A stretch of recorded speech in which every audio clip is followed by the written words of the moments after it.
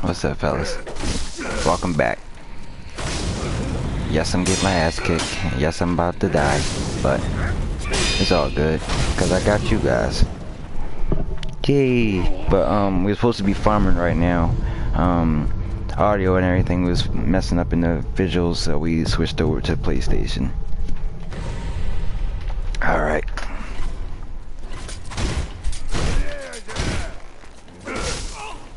For the people that just joined, oh fuck, I really gotta get better. For the people that just joined and watching, hey, how you doing? It's your boy channel, or you can call me 3 or 369.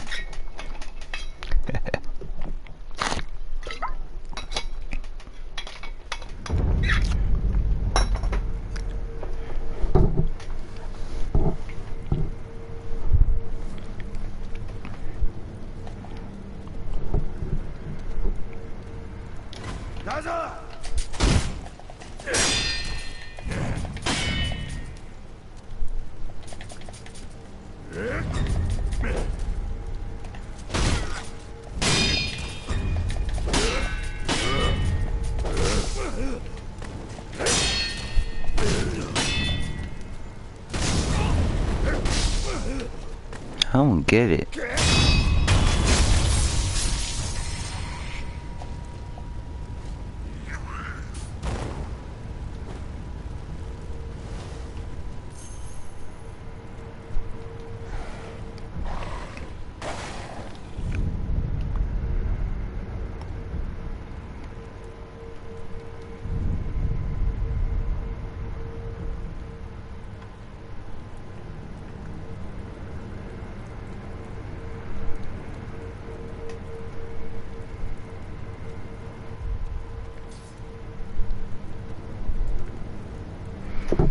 Alright, y'all, I just don't get, like, I gotta watch a video or something.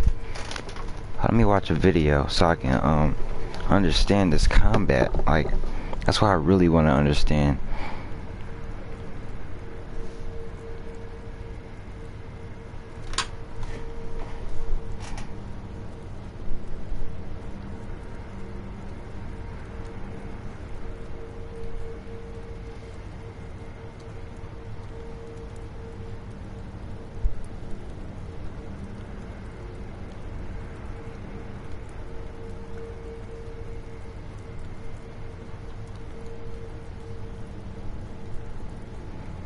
Shadows die twice.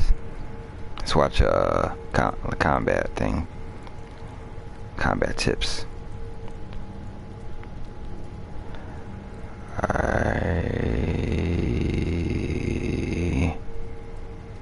IG, and I'll go for IG and fuck it. I want to see this movie, Good Boys. They got a sex doll.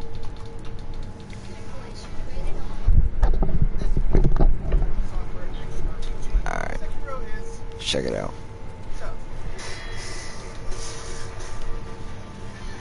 Okay. Much of that difficulty can be curbed by learning all the nuances of combat and, more importantly, how to approach combat. So, that said, here are some quick tips to not only survive, but also master Sekiro's combat. Let's learn together, y'all. Ironically, the number one tip of Sekiro's combat is to try to find ways to avoid having to be in combat as much as possible. But you gotta... Be as stealthy as you can to whittle down the number of enemies you have to fight once the action does start. This is especially important for tough mini-bosses, since landing a stealth attack will literally take away half your health. Yeah, it does. Look for routes that take you into tall grass. Look for paths that utilize rooftops, and make sure that when you stealth kill an enemy, no other enemies are watching. Ultimately, if you're always fighting mini-bosses and having to death blow them twice, chances are high that you're working a little harder than you need to. Obviously, you want to avoid fights where you're severely outnumbered, but when that's not possible, make sure you're smart about what enemies you decide to target first. Ranged enemies are extremely dangerous and also by far the easiest enemies to take down, so make sure to always get after them first. From there, your goal is to make it so that the last baddie you have to take down is the toughest enemy of the lot. Enemies generally cannot follow you when you use your grapple, so use that to your advantage to lure weaker enemies away from the pack, allowing you to take them down one by one until you're able to take the strongest enemy on in a one-on-one situation.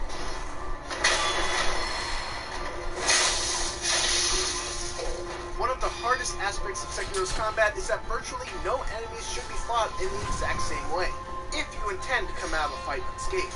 Knowing what each enemy is capable of and how to counter it is vital to your success. For example, at first you will typically block and parry every strike with just mash attack. But if you strike them just once, you'll bait their counterattack, which you can then parry and deal massive posture damage. It's not just kill them out, dogs can be killed with a single shuriken. Severe will be enemies' favorite thrusting attacks, which can be either parried or Mikiri countered. How do you do that? Large and slow enemies should ideally be taken out by a stealth attack, but if that's not possible, just continue to run attacks until they get mad and tire themselves out with enough potential of strikes that will leave them with high posture. Shielded enemies can have their shields broken by the prosthetic attacks, and then instantly deathblow. The point is, just going in, swinging your sword, and relying on reflexes and instinct alone is not the way to go in Sekiro. Every enemy has a weakness, so experiment with different tactics to find it out. Your defense is just as important as your offense in Sekiro, especially since it's often your defense that will open up your opponent's death blows. To that end, you have 4 main ways to protect yourself in Sekiro: block, deflection, dodge, and jump. Standard blocks are the least ideal, but also probably the most important form of defense. Enemies in Sekiro can be extremely erratic, making it difficult and risky to try and parry or dodge haphazardly. In these cases, you should generally just block if you can spare the posture damage. Deflections are well-timed blocks that either indicate or dramatically reduce your own posture damage, and will generally open up an opportunity for a counter. It's important to note once again that thrust attacks can only be deflected, and if you just try to block them, you'll eat that damage. Also important to note that deflection does not equal a guaranteed successful counterattack. So be sure not to get in the habit of mindlessly attacking after a successful parry. Dodges have much less vulnerability than previous Soulsborne games. So one thing that you need to learn real quick is to stop using dodges at the last second of attacks. Use dodges as a means to put quick distance between you and your enemies, or to avoid grab attacks that are denoted by the red kanji and accompanying sound. And finally, jump towards enemies that are using sweeping attacks to leap off their head, then press jump again to kick them in the face and do big posture damage. Okay. Beyond that though, jumping is just a great way to avoid attacks and reposition yourself. And be aware that taking damage in the air is much worse than taking it on the ground. Sekiro's combat rewards aggression and punishes passiveness. But that aggression needs to be tempered by a knowledge of when to immediately shift to defense. Note that you can cancel a strike into a block within the first few frames of the attack, but once the strike is out there, you're vulnerable until the animation is done. So stay on the attack and keep up the posture damage, or learn the tells of each enemy to know when you need to start blocking. And finally, one thing that you'll have to adapt to, especially when dealing with the harder bosses of Sekiro, is the fact that they will often utilize combos that consist of a seemingly endless number of slashes, swipes, kicks, punches, and all other forms of strikes. It's extremely important to recognize when these flurries are coming, and rather than just outright dodging them, stand your ground and deflect as much as you can. Doing so will do it. God, Twitter just keeps going off. Stop. Be on the lookout for this red symbol, which is an alert to let you know that the attack cannot be blocked by normal means. It will either be a sweep, which can be punished by vaulting off the opponent and landing a jump kick, a grab, which can be dodged and counterattacked, or a thrust, which can be Mikiri countered or parried. Even with these tips, you'll probably still die. Die twice? Damn. Even thrice. Thrice. But hopefully they'll help you persevere and give you the confidence to work your way through Sekiro's challenges. Thanks for watching, and for more Sekiro, make sure to check out our review, along with our own wiki warlord, Brendan Graber, putting these tips to the test. Trying to see how to fucking play this game.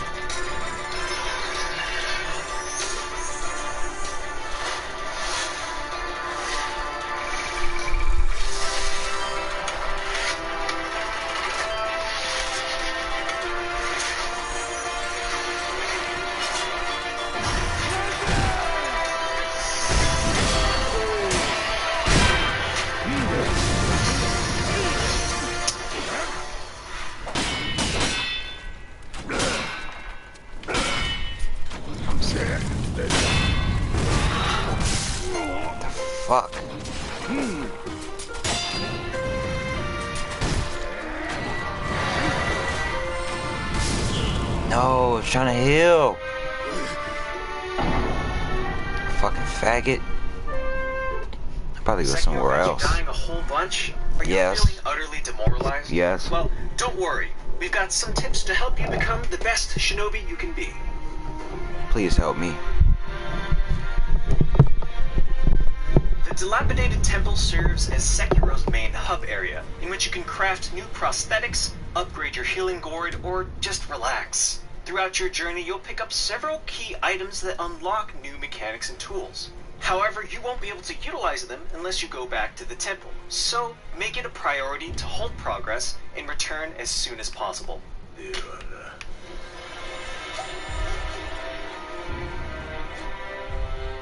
Sekiro's combat is all about breaking an enemy's posture, which is the gauge below their health bar. You're trying to max it out in order to dismantle their defense and inflict a death blow.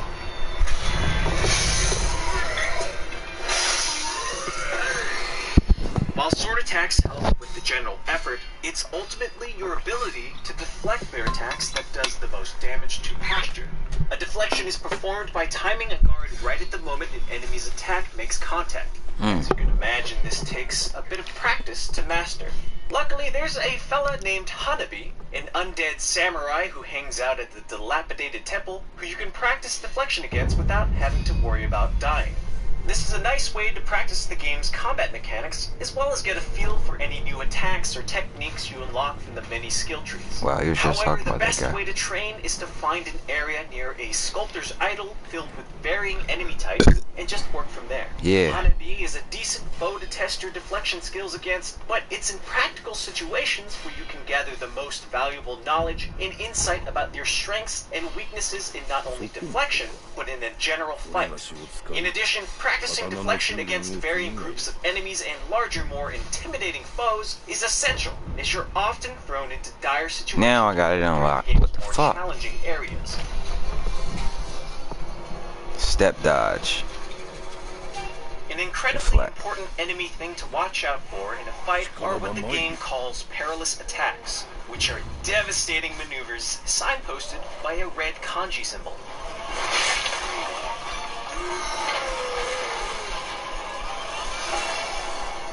There are three types that you'll encounter: thrust, sweep, and grab.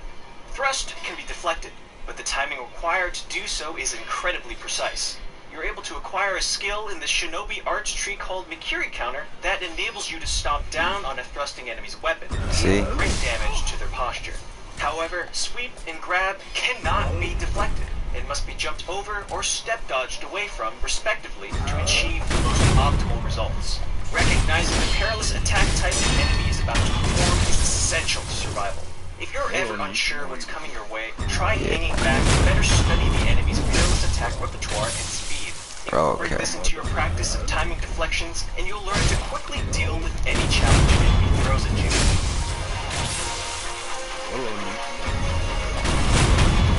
In your attempts to circle. deflect Okay. and counter enemy See, I didn't know that. posture is likely going to break numerous times. I didn't know how to do none of that Your shit. main instinct is probably to let your guard down to recover. However, doing so actually decreases your posture's recovery time. If your posture is high, instead, remain in guard stance to replenish it faster. In addition, healing yourself makes your posture clear quicker. So the higher your health, the quicker the recovery.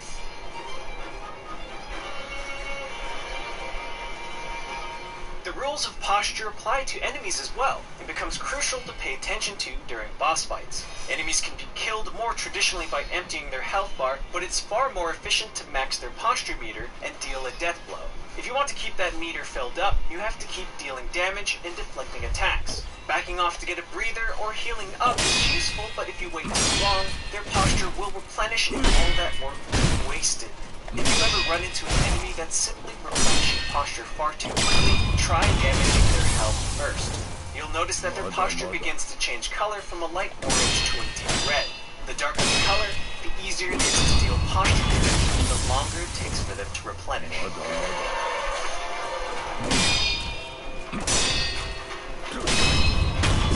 As the one-armed wolf, you're equipped with a an arsenal of useful tools you can attach to your shinobi prosthetic arm.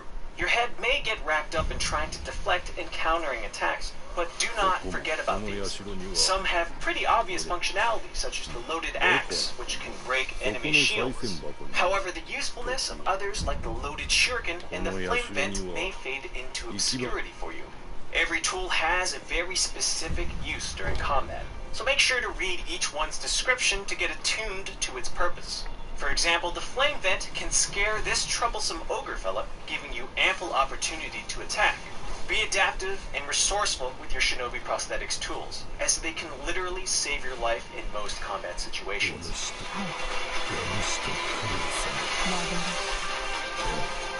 This is an obvious tip, but nonetheless an important one, especially for all you Soulsborne players out there. Yes, you can pause the game in Sekiro, so there's no more of that panicked item equipping and unequipping from previous From Software games. Use this to your advantage when squaring up against enemies or bosses who exhibit characteristics that call for the use of other special tools or items in your inventory. That, or to take a break, because let's be real, you're gonna need it with how brutally tense this game's combat encounters get. Listen, y'all, we gotta listen. Compared to other From Software games, one of Sekiro's most standout features is the ability to jump. This adds verticality to encounters, allowing you to jump to either dodge attacks or leapfrog off foes. The latter is performed by jumping towards an enemy and pressing jump again as you get close to kick off them. It's a great way to deal posture damage. Jumping is a big part to the general flow of combat, so make sure you're taking advantage of it. Another unique quality is the fact that you have unlimited stamina. Sprint, dodge, jump, and attack to your heart's content, while paying particular mind to link these actions together in acrobatic and strategic ways. Though be mindful of when to show restraint. After all, this is still a From Software game, so swift punishment still comes to those who move and attack carelessly.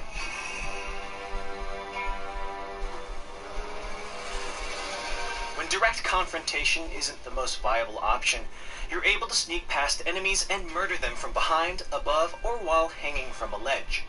Look to nearby rooftops and bushes to take cover and plan your attack. Always take note of the kinds of enemies in the area and prioritize your stealth kills accordingly. For example, if you encounter a rifleman and a spearman standing next to one another, you'll want to take down the latter, as you can easily take down the other with only a few slashes. You can also use a stealthy backstab to knock a free health bar off powerful mini-bosses. That is, if you're able to get the jump on them. Don't hesitate to use stealth often, especially if you're not confident enough to take on more fearsome foes, as you can easily inflict an instant killing blow on them when they're not looking. The fuck you doing in my arm, bruh? It doesn't work on every single enemy. Regardless, stealth is always a great strategy, whether you're using it to sneak past enemies, ambush them, or break line of sight.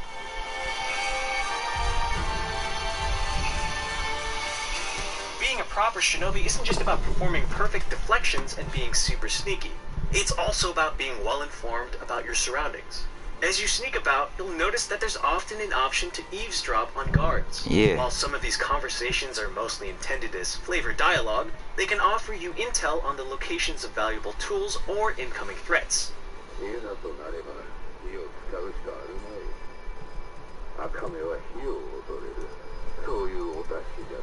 This isn't the only way to gain intel, though.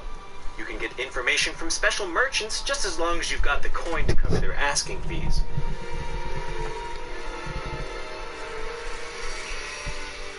Despite your best efforts, you're likely to get stuck on a boss early on. Instead of spending hours beating your head against a wall trying to overcome the challenge, know that there's typically another area you can travel to. Sekiro's world is rather open in this regard, often allowing you to make progress elsewhere if you find yourself ill-prepared to take on what lies ahead in the area you're currently in.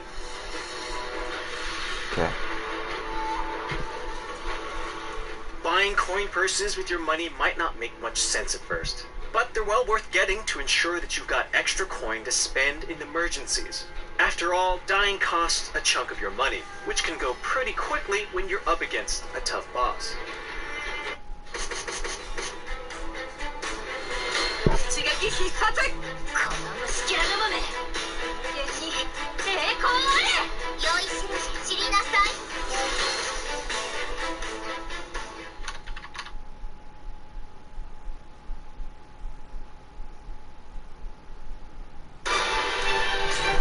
Oh, I thought I grabbed that. I know exactly where it's at.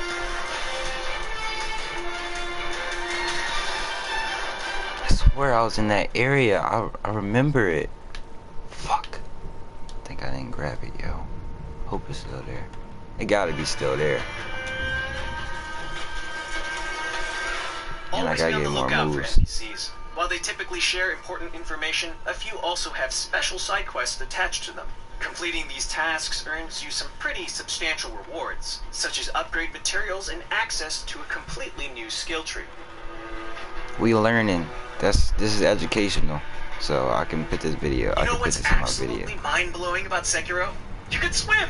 That's right, you can actually wade through water to explore out-of-reach locations. Oh wow, This you can do stands that? in stark Psych. contrast I already knew to that. other From Software games where water meant death. Anyway, there are some useful items to be found by swimming about.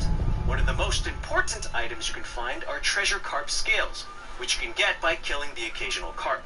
A seemingly inconsequential collectible, these scales are used as a currency for a special potted merchant you can find at the Hirata estate.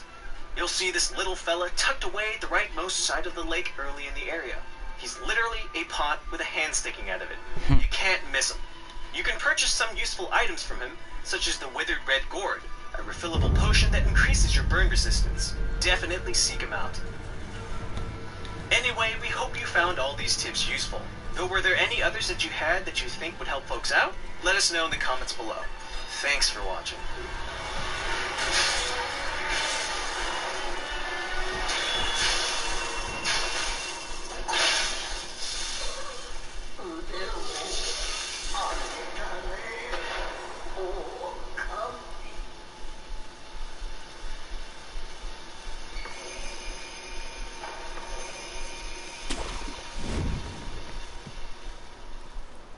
Right here.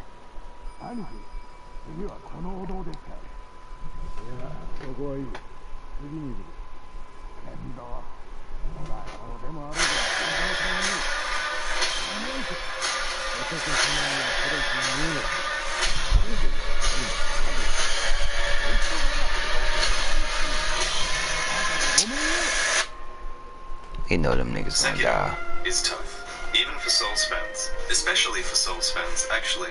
Your muscle memory works against you in this game. But instead of leaving an embarrassing review on Metacritic, stick with it, because honestly, It's a hell of a game, I love your it. favorite of any From Software game, like it has for me. This video contains tips for those that are struggling, and also fascinating little details that I guarantee even the most seasoned player has missed. First, did you know Sekiro actually comes in difficulty settings? Finally, right? After you defeat the chained ogre, make a right at the samurai general and jump onto this bridge, past the small hut, look for a grabbable ledge, move into the cave with headless in it, and escape out the back to Senpo Temple. Ringing this bell curses you with increased difficulty, but it blesses you with increased item drops. Enemies actually don't become much harder, but bosses do, so remove it before you fight a boss. Yeah, my first tip for new players is make the game harder. But hear me out, because now that you have the Bell Demon active for better crafting material drops, we can talk about grinding. It's honestly something that I recommend every player does at least once. That's what I want to do, dog. That's what I want to do right now. Extra healing Grind. items and crafting materials. I love his videos. Go subscribe to him, y'all. Which If you means that you'll haven't actually see yourself already. become more efficient at taking out all of these. I watched all of his The best videos. early game location Even if I for wasn't even grinding playing a is Souls game or undoubtedly, nothing, I I'll just think, watch it. the first stretch of the Hirata Estates, where enemies give 34 experience, 23 gold, pellets, and also rare crafting materials like scrap iron. And Yeah, that's why I'm here. That's why I'm right here, so I can just two craft all items you these niggas. absolutely should use up while grinding. Yeah. Green and gold Mibu balloons. Okay, Before these two. you start killing enemies, pop the green Mibu balloon, Okay. which increases item drop rate. Okay. However, don't pick any of it up yet. When you've finished killing your entire run's worth of enemies, then Then you pop use the gold okay. Mibu Then you balloon, use the gold. which Okay. increases gold acquisition, and it actually applies retroactively to all of the gold. See, that we you left learning on the together, ground, y'all. Which means you can run back through the area, listen to the sweet, sweet sound of gold clinking, and then start a new run, killing a few more enemies for gold before that balloon buff disappears. It's very efficient. Always This whole we can process switch. should give you at least 4 experience points to spend, and there are 3 skills I consider to be baseline for anybody. First, there's Mikiri in the Shinobi Art Tree. There are enemies that have devastating, perilous thrust attacks, and by dashing towards them, Mikiri gives you what is actually a very, very forgiving option to completely nullify their damage, and you also deal a bit of posture damage as well. After this, you can invest in Suppress Presence, which drastically improves your stealth. Next, in the Prosthetic Art Tree, Chasing Slice. You can invest in Suppress Presence, which drastically... This whole process should give you at least 4 experience points to spend, and there are 3 skills I consider to be baseline for anybody. I gotta hear this. First, there's Mikiri in the Shinobi Art Tree. There are tons of enemies that have devastating, perilous thrust attacks, and by dashing towards them, Mikiri gives you what is actually a very, very forgiving option to completely nullify their damage, and you also deal a bit of posture damage as well. After this, you can invest in Suppress Presence, which drastically improves your stealth. Next, in the Prosthetic Art Tree, Chasing Slice, a skill that's really, really good with the Shuriken arm, and honestly, the Shuriken is probably the best prosthetic for general combat. It's cheap, it allows you to interrupt enemies, it allows you to finish off weak enemies, and you can chain together combos and enemies really, really well. Use this. If you have a ton of gold and you're at a loss as to what to invest it in, you should always have options. The best option is gold pouches. These are consumable bags of your own money that prevent it being lost upon death. They cost about 10% of the gold that you spend on them, but you will always get value from these, considering you're going to lose 50% of that gold if you die, so buy them whenever you see them, seriously. Okay. If you have nothing else to invest in, you can buy spirit emblems, which actually only cost 10 gold at the start of the game.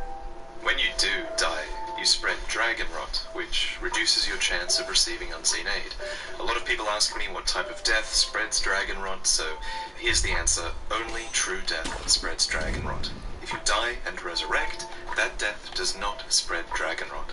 If you ever feel that you might die because you're out of gourd or something, just peace out instead.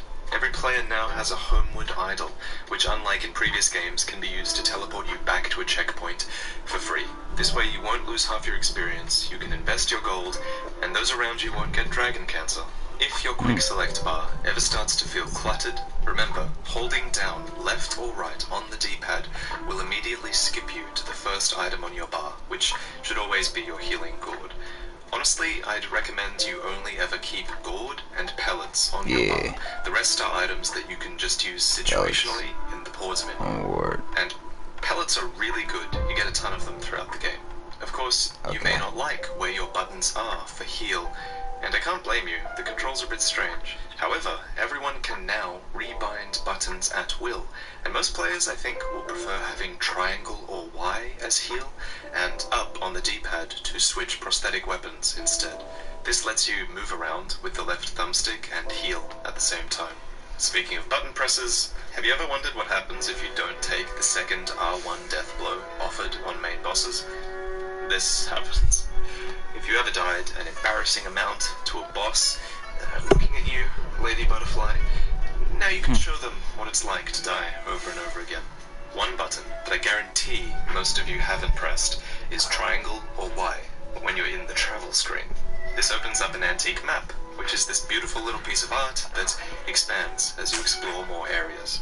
But in order to explore that map, you're going to have to be good at combat, and to follow here are 10 powerful, underappreciated mechanics that exist in combat. These are things that struggling players need to know, and that even experienced players might be overlooking. First, consider resetting stealth if you get spotted.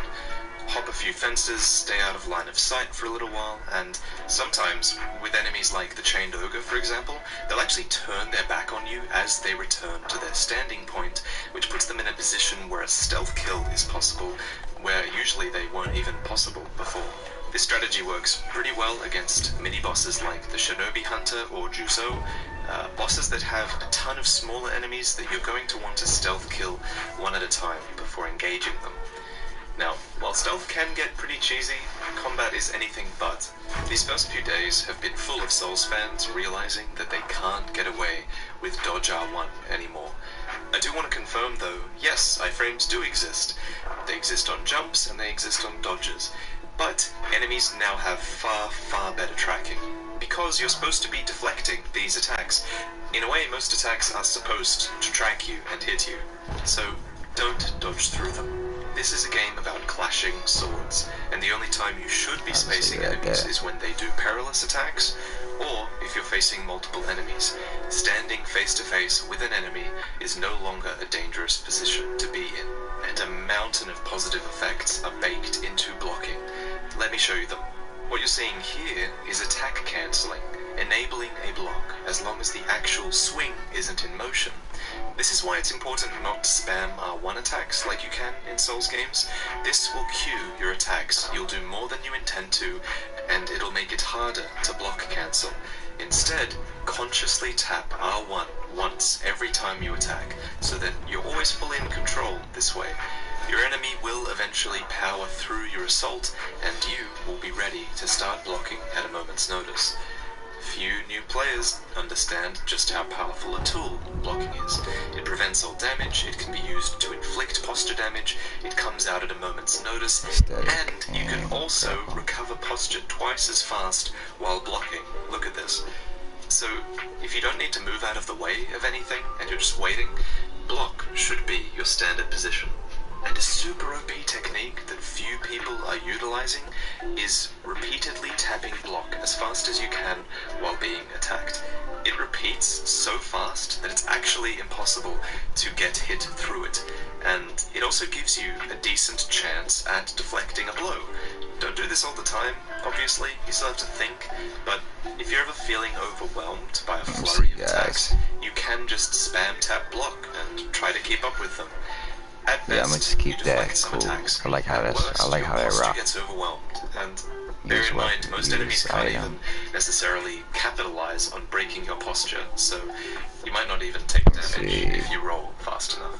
Another reason spam tapping is important is because of another mechanic called consecutive deflect, which increases the posture damage you do for deflecting multiple hits in a row. Many enemies have flurry attacks. These are attacks that are a huge opportunity for you. You want to see flurry attacks. Sing the pacing in your head. For example, this enemy is 1, 2, 3, 4, 1, 2, 3, 4, 5, 1. And now I'm actually happy to see this attack coming my way. Sekiro is, in no small way, a rhythm game. If you do take an unblocked hit, you'll actually notice your character falling off balance. This stumble can be resolved by blocking or dodging. And as you can probably guess, blocking is better. Your recovery is actually immediate if you turn it into a deflect. Enemies can get perfect deflects as well, and while they don't reduce your posture, they do affect the flow of your attacks, giving you a brief pause and putting you back to the first attack in your sequence. Enemies can use this pause to launch a combo of their own. So if you notice them starting their own combo, just let it happen. Go on the defensive. Combat is now about trading offense and defense is just as big an opportunity as offense is. Another opportunity you're probably not making use of is your jump kick. So basically any enemy I like using the back triggers because it's something that most players it's a lot faster than the top jump. I'm always, my hands is always on the triggers. So I'm so used to this bang bang bang bang, you know what I mean? Intuitively jump away from an enemy, jump on them instead. Finally, posture is linked to your health. When a posture bar is glowing red, it means health is low and posture will regenerate slowly. To kill most of the later bosses in the game, you actually have to be very aware of opportunities that allow you to deal health damage, because posture damage at the beginning of the fight is going to be worthless. One such example of this is against Lady Butterfly, who suffers greatly against repeated dodge attacks and shuriken throws when she's jumping between wires. If you're appreciative of any of these tips, or maybe you're running low on t-shirts or hoodies, then consider checking out the merch section down below the video. A lot of you guys mentioned last time that you wanted a light version of the last design we made, and my artist and I have We're gonna obliged. start breaking these Demon niggas' Vartimedia shields. now looks good in dark t-shirts and hoodies, with a sort of Miami sunset behind him, rather than the eclipse. I priced it as cheap as I could make it. All of the weapons should look familiar to you if you're a Souls fan, so hopefully that you feel like you're sort of repping the things that you're passionate about, you know? That's what I would want to wear in a shirt. So, that's what I made. I'll see you in the next one, or on Twitch as we continue my blind playthrough of Sekiro. Link below, follow the stream. If you're wondering what I think of the game, I don't want to jump to conclusions, but if it continues at this pace, on this track, I think it's going to be my favorite From Software game to date. The only thing I'm worried about is replayability, and I really want to know what you guys think of the game down below. Do you think it's too hard, too easy? Let me know, and I'll see you next time. I love it. There's a big government scandal I'm going saying, on y'all, that you need like to know about. we need The to learn government is these actually tips. We stealing need to money from learn. You unsuspecting feel me? property owners. Let There's me nothing explain. wrong with learning, Every bro. day the government forecloses Nothing on wrong with it 3,000 at all. property owners because We they need to get it fall in. behind on their property We don't, taxes. you know what I mean? This We amounts don't to rock. roughly We don't $14 rock like million that. in tax foreclosures every single day. Let me Alright, give you a let's go. specific example. Let's say someone doesn't pay taxes for 3 We not years, down right which now. amounts You to feel me? roughly We down in it. We down, but we ain't down like that. This video ends with our ascension of Ashina Castle, but our story begins many years before that. It begins before Wolf was assigned to be the Divine Prince's shinobi, before he was plucked from the battlefield by Learning his this father. shit, bro. We have to I like go when I back play even when I before play the Ashina founded this games like nation, this. I all gotta the way hear back this shit in the to a Twitch people who loved the ancient like that. I get to learn more. It's like an audio This book and land shit. was a place where we, the Ashina people, lived, where the waters flowed straight from the source. We were a people who loved our country dearly, but we were heretics, and we were weak. Naturally, we were overrun, trampled into submission for many long, excruciating years. We couldn't even pray at the water from the springs. The way we were then. But then, the world fell into chaos. Could you tell me about the rebellion? We just took back what was stolen from us. Amidst the chaos that was Japan, the endless casualties, the flames of war, we found the perfect opportunity to take Ooh, back our what is land. it?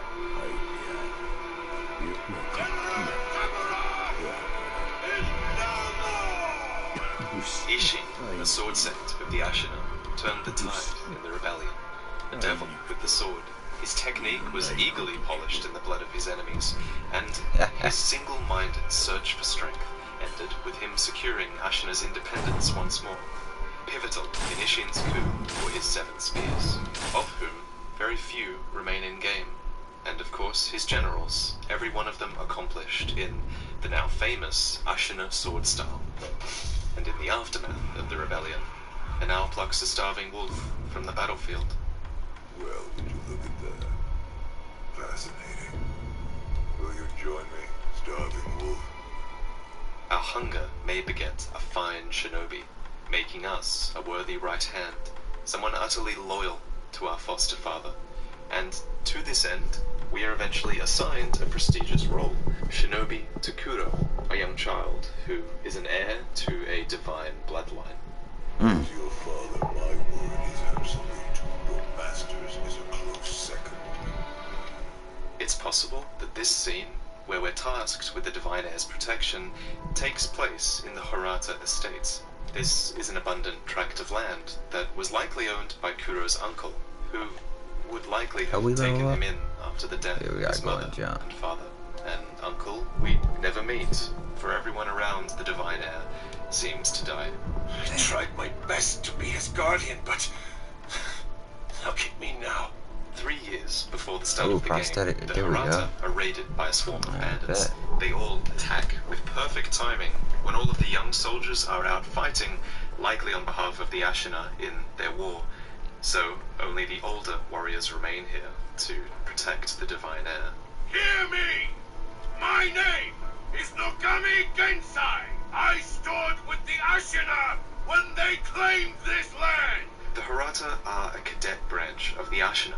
They share a really long history with the clan, And here, 3 years before the events of the main game, that long history ends, and you were not by your prince's side. You're the young master shinobi.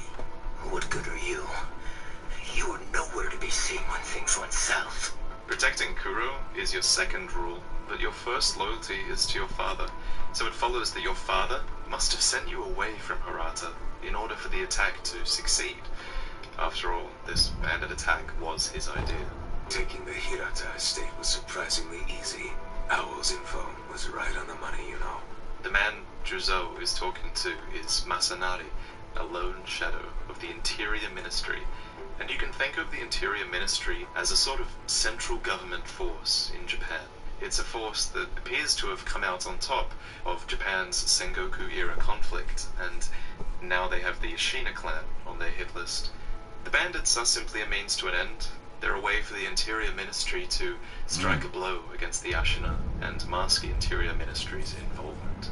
He's a villain. A down-and-out villain, Masanari. Well, he's useful right now, so endure him. For all his scheming, he's a nameless rogue shinobi. His efforts won't amount to much. Father? It's you. I'm afraid I made a bit of a blunder. Perhaps the years have finally caught up with me. Wolf, protect your master with your life. Al fakes his death, now able to operate fully in the shadows, while you build a stronger connection with the Divine Heir by rescuing him from this nightmare. My lord. Oh. It's been a long time, son of Owl. This is Phantom Butterfly, a master of illusions who trained you in the shinobi arts at Owl's request. Damn, I didn't Owl's know real that. name is Usui, and Lady Butterfly. Damn, I don't want to know this shit yet. I just want to. Fuck. Damn. Just want to know some fucking tips.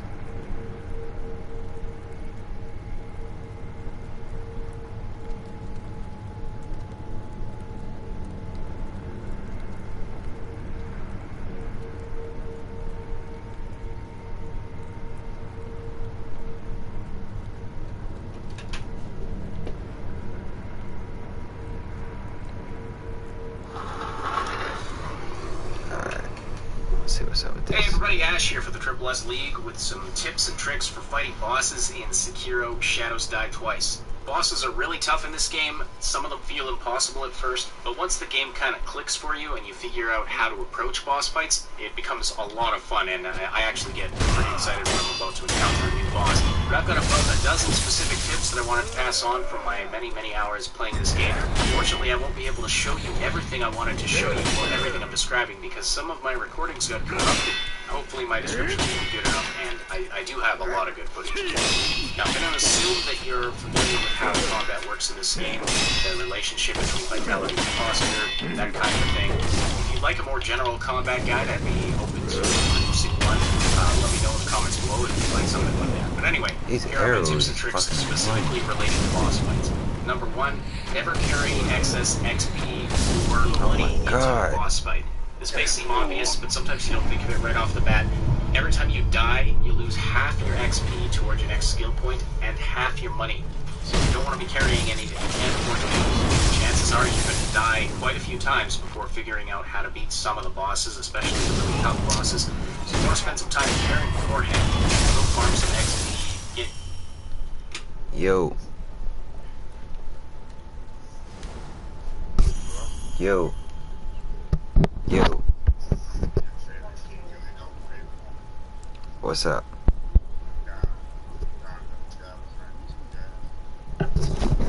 Yeah.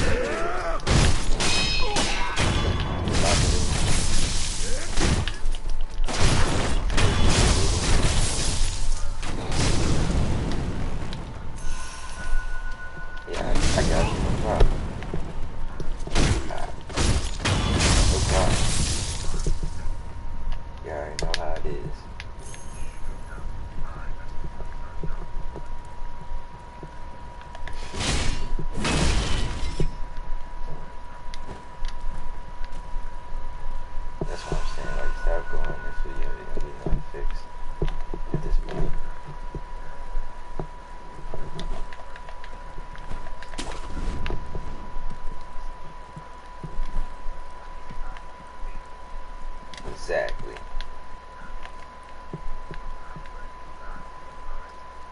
Okay.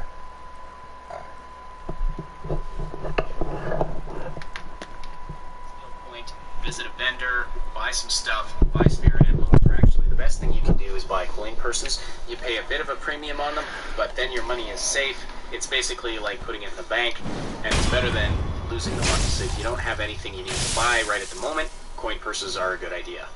Tip number 2, always eliminate the regular enemies before focusing on the boss. There's only a few situations where this applies. The generals usually have a few lower level enemies around, or when you're fighting, for example, this 7 Ashina Spears guy in the Ashina Reservoir, this area is full of enemies when you first spawn in. You want to be getting rid of them because you don't want them to pester you while you're focusing on the boss fight. In this particular case, most of them would be far enough away that they won't bother you unless you get too close. But that leads us into my next tip, which is you choose the battleground. As you can see, I've led this Ashina Spears guy down the steps into this more open area rather than fighting him up by the temple where space is more restricted. Another example, when you're fighting the Lone Shadow Longswordsman, you want to be in control of where the fight is taking place. You don't want to let him corner you in this narrow hallway. If you can avoid it, keep it to this more open area as much as you can. I sometimes utilize that hallway to heal, get away from him for just a quick sec, but then always quickly run past him back in the more open area. But bottom line is, you want to be in control of where the fight is taking place. The boss behind me. So you really have like a lot of surround control sound. over the actual location where the fight is taking place. There are some limits though. If you get too far away from where the boss originally starts out, the boss fight will actually reset, and you don't want that. Number 4, always try to stealth backstab the boss before engaging in actual face-to-face combat. Not every boss can be stealth backstabbed, not every boss can be snuck up on, but many of them can, and there are some situations where it doesn't look like you can pull off the backstab, but you actually can with a bit of creativity. For example, fighting Snake Eyes Shirafuji here, when you first get to this area, you're right in front of him, he sees you right away. What I actually did is I ran past him across the bridge and into the gun fort and found the next sculptor idol there, so that became my spawn point. And then I made my way back and was able to approach him from behind and get the backstab in before engaging him in hand-to-hand combat. Or her. I actually suspect he's Snake Eyes, but I'm not 100% sure. Kill some anyway, chickens. Be a little creative in how you approach the fight, and you might be able to get that stealth backstab in where it's not immediately obvious that you can. This is more than a sofa. This is where you sink in, wind down, and kick back. This is everything. Because what you put in your home is more than just stuff. It's what you love. Tip number 5, don't try to win right away. Of course, you're trying to win the fight. But what I mean by that is during your first few attempts at fighting the boss, you're not trying to win the fight, you're trying to learn how to win the fight. You're trying to learn the patterns, learn what the openings are, learn which perilous attacks they use. You also want to learn things like when is it safe to heal. You're vulnerable while you're using your healing gourd, so you want to make sure that you use it during an opening in the fight where you're not going to take some serious damage and basically nullify your attempt to heal yourself. Don't be afraid to experiment a bit, equip different loadouts, change up your strategy. Every boss is different, they have different weaknesses, they have different strengths. Some of them are very vulnerable to posture damage, some of them are not. But things like that are really good to know. Plus, you'll just start to recognize the subtle movements that indicate what a boss is going to do next, and you'll be able to respond to what they do with lightning precision. So don't get frustrated if a boss is taking a long time. Recognize that you almost have to approach it as its own game within the game. Each boss fight is like its own mini-game that requires some practice to master, and it's incredibly satisfying once you've done so.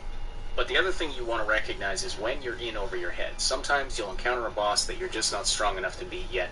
Now that doesn't mean that they're impossible to beat. In reality, you can pretty much beat any boss at any time if you know exactly what to do.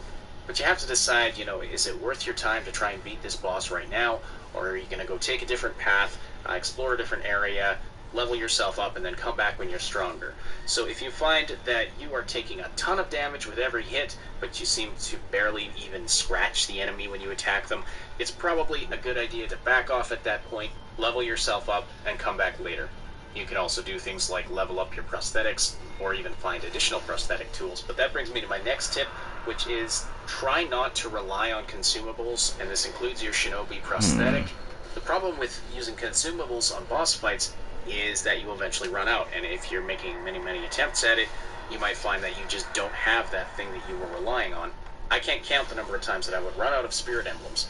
Ultimately, it's up to you how you want to approach it. I try not to rely on consumables. Now, there are some bosses where having certain consumables is almost a necessity. For example, when you're fighting the sort of undead and terror bosses, having divine confetti is almost essential. You do barely any damage without it, plus you probably want to be using your pacifying agent to avoid terror buildup. In those cases, I would say practice a few times first before you start using your consumables. In the case of divine confetti, it's not easy to come by.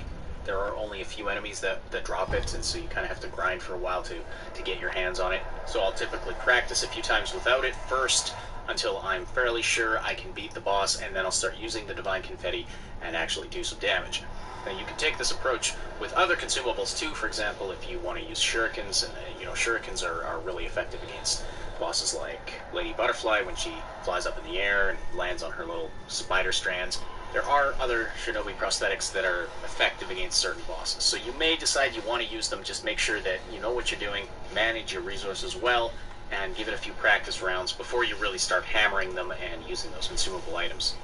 The next tip I have kind of relates back to what I was talking about practicing, but you want to make a conscious decision about how you're going to go in for the kill on each boss. You basically have two options. You can whittle down their vitality until it's at 0, and then you can basically do a death blow, or you can break their stance.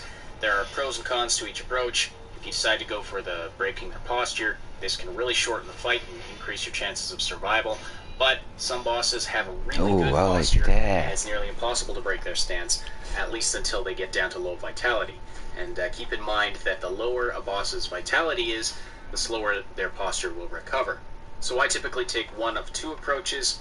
If I feel like I can break the boss's stance, for example fighting Genichiro Ashina, I take this approach. I basically play really defensively until I've whittled his health down to about half, and that's the point where I've noticed his posture recovery is a lot slower, and then I'll start to turn up the aggression, get in the hits where I can, really start to try and deflect. That's what I was trying to do a couple minutes ago. I was in the air and I was trying to shoot him, but it wasn't working, so I gotta use that ability. Okay, I'm getting this next. I gotta get that next. And in some cases, I really like do. The long-armed centipede giraffe, his posture's a joke. If you rapidly deflect all his attacks when he's swinging his claws at you, you can break his posture in a few seconds, which makes him really easy to beat. Some bosses, though, like this Ashina Elite, I have found that it's very difficult and dangerous to try and break his stance, and so the approach I take with him is just to whittle down his vitality until it's at 0. Now, you may take a different approach, do whatever suits your playstyle, but it's a good idea to develop a strategy and kind of stick to it and have a plan, and don't just kind of attack blindly until that red dot appears. Always be keeping an eye on your enemy's vitality meter and their posture meter, and remember that you can deliver posture damage even if they're blocking your attacks. Braxton was diagnosed with choroid plexus carcinoma, a brain tumor. St. Jude is helping us put away our fears. We have an amazing team that fights for the best outcome for Braxton. He has the best chance here. I don't have to worry that how much is that bag of fluid gonna cost me? Can I afford it to save my child's life?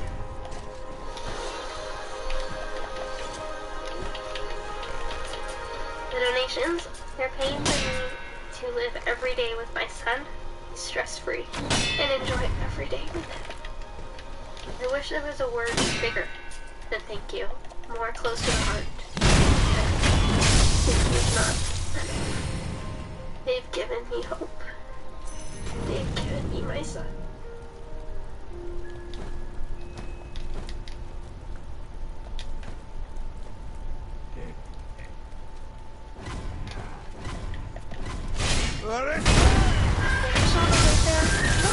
For what's in the show. You don't have to leave the happy place. Use the door on hold or strap it to the roof. Choose your home without ever having to leave it. You don't have to, because you've got roof.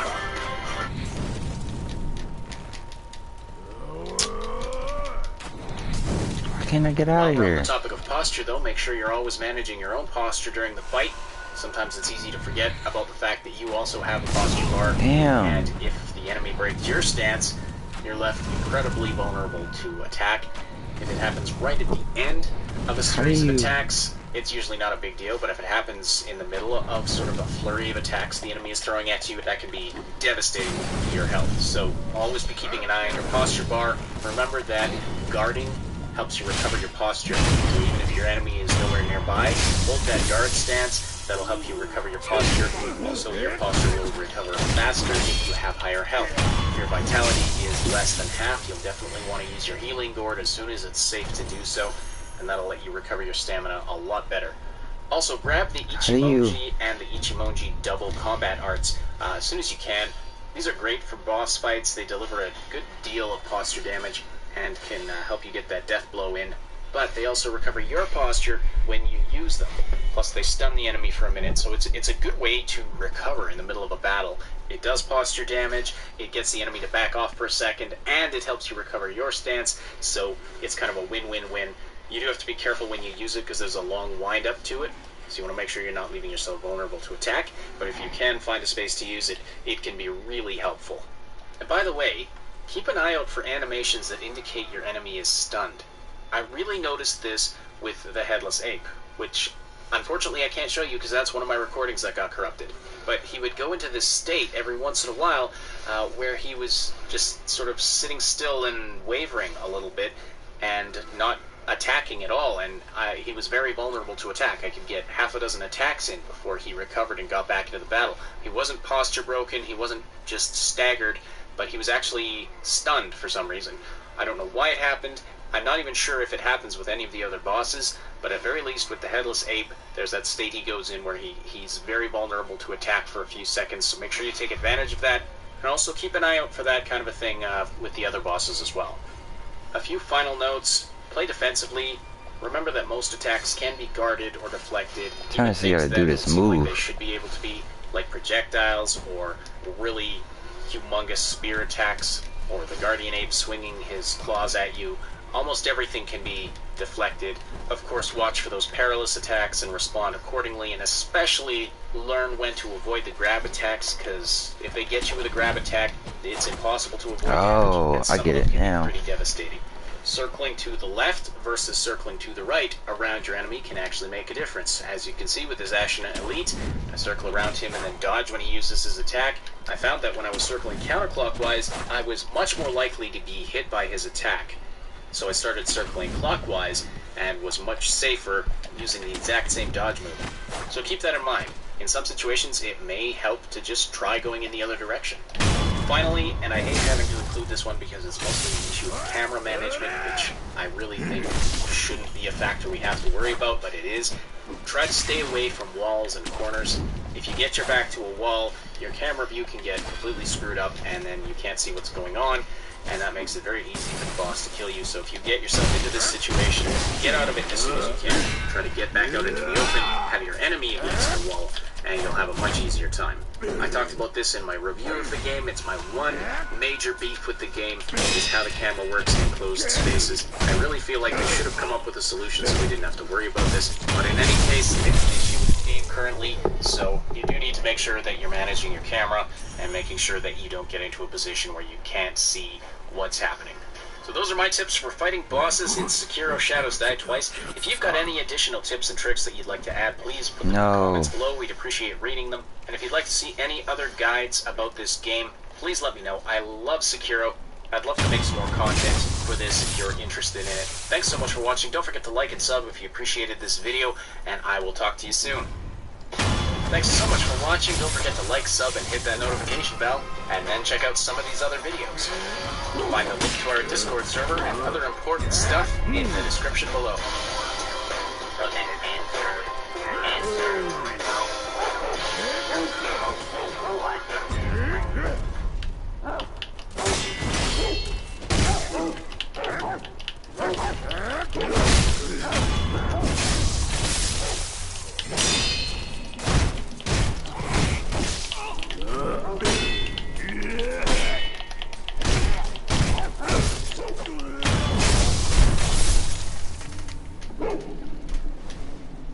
I'm the Afro Samurai.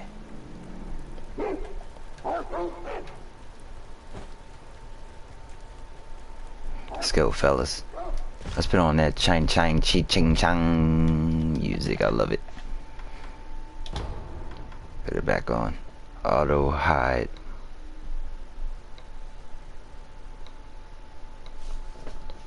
Hub.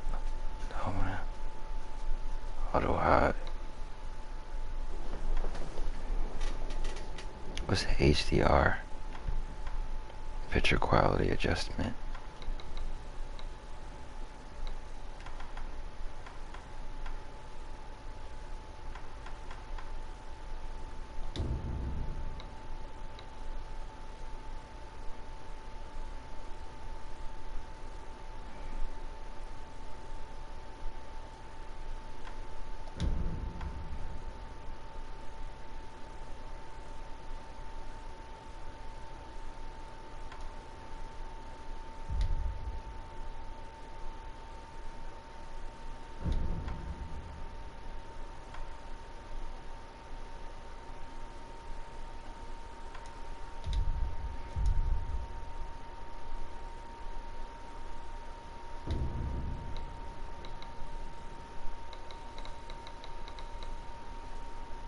So that he's barely visible. Like I don't adjust so that the image at right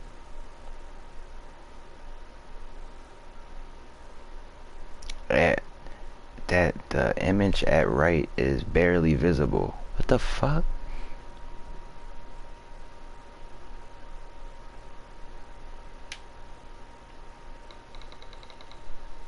Like that?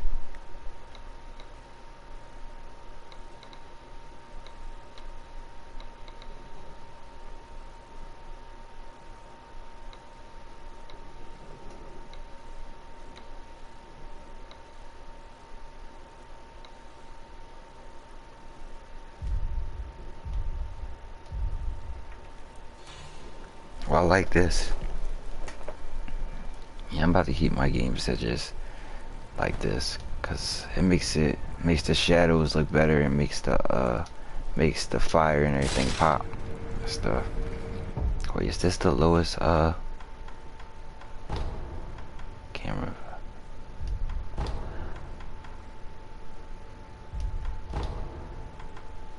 Yes, it's the lowest.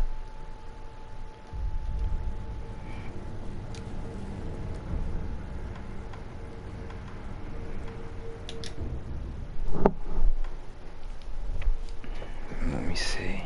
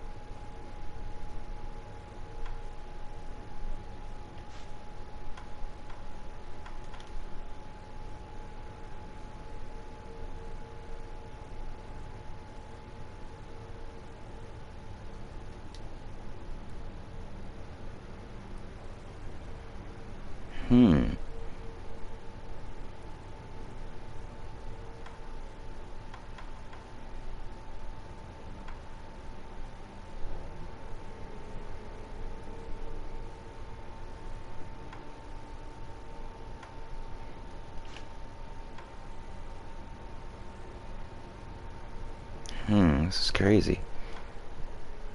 Should I get this? Mid-air deflection?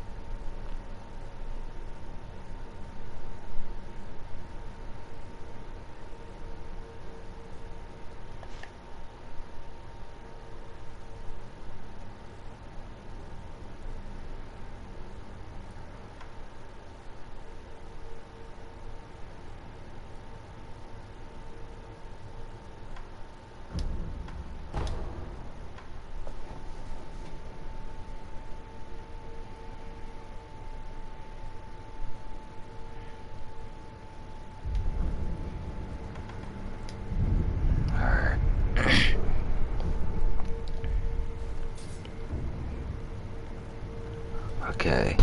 Prosthetic follow-up attack. Special sword attacks can be performed immediately after using prosthetic tools. use prosthetic tool right afterwards. So I press R1 and then right afterwards follow attack. How it can be viewed in the equipment menu. Equipment.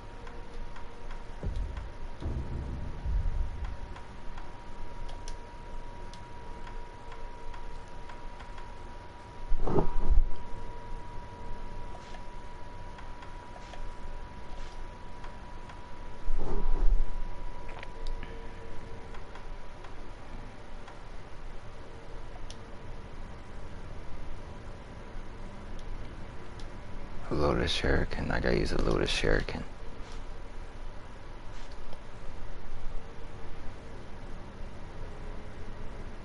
How do I get my attack power up? Oh yeah, I gotta get this jump. Okay, so I'm putting my attack power up crazy, bro. I already know how this is gonna go.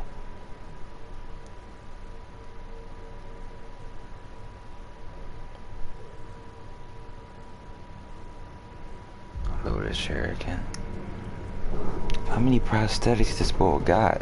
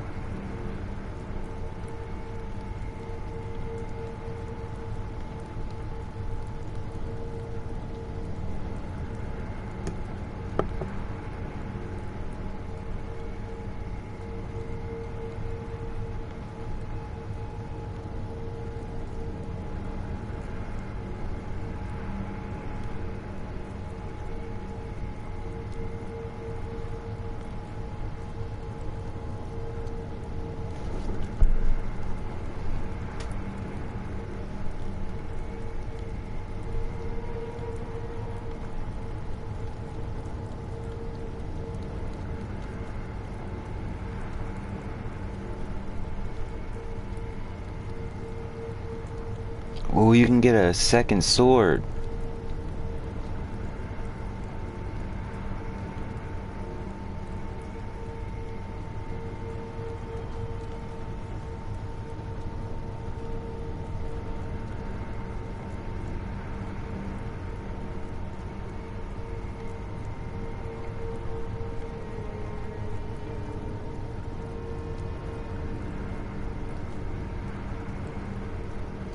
Hold up, y'all.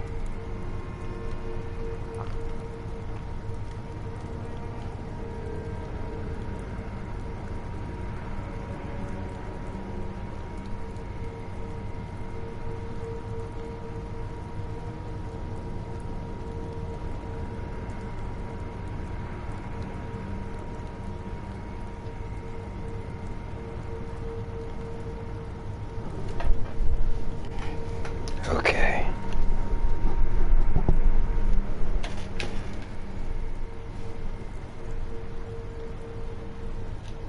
What did they say they use? Okay. Chasing slice. Okay, so I do R1 and then R2.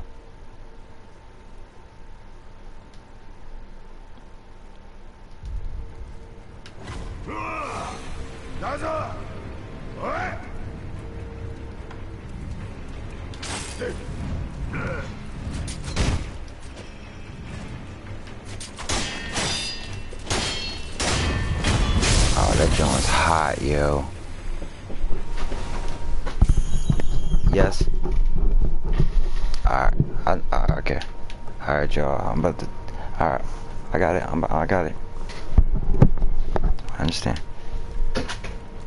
Alright, y'all. I'm about to, head to my, fucking therapist. I gotta talk to her.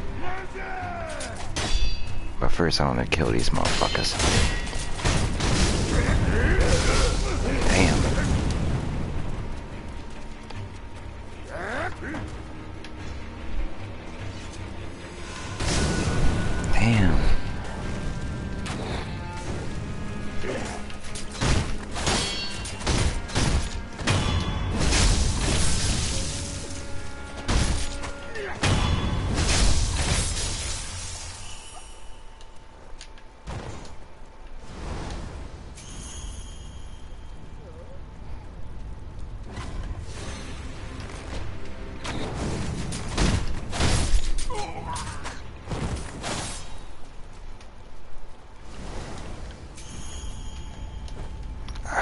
before I go, y'all, I want to try something.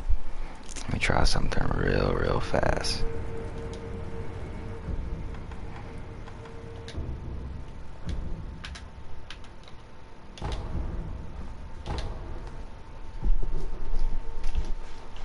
Yeah, bro, I'm gonna be spending my money on spirit emblems. Like, I'm gonna just keep a lot of them.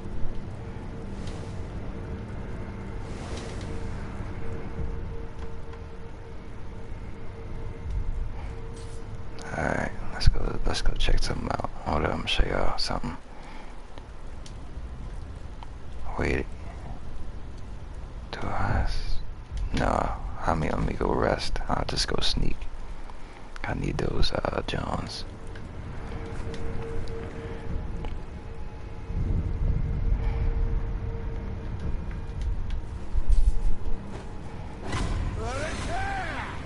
Oh shit, I forgot I was supposed to sneak. Fuck it. We outsies.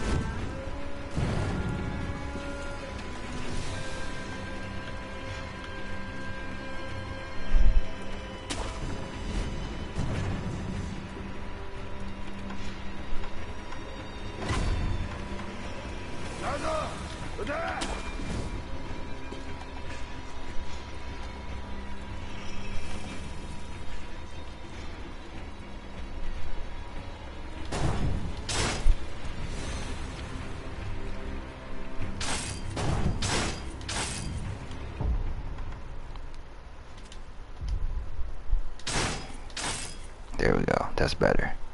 Cause that's gonna fuck me up. I wanna get him. I wanna sneak attack him. So let me get over here. I don't want nobody to see me.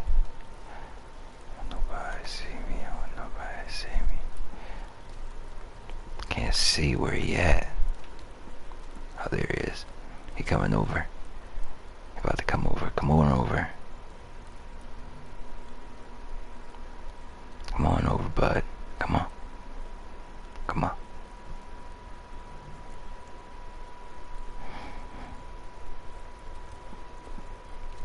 There we go. Alright. Coming over. He coming over. He coming over. Nobody see me. Nobody see me. Alright, bam. Alright. So. Damn. Damn. There's too many people fighting me at the...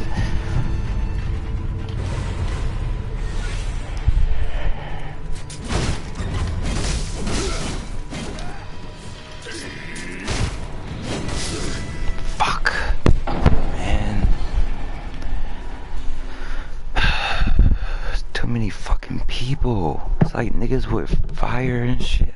Alright, well, I'm gonna try next time when I get home. I try again. But fuck, man. Fucking people with fire arrows. I fucking hate them people with the fire arrows, yo. Swear on everything, yo. Niggas with them fire arrows, they can suck a dick. I hate them.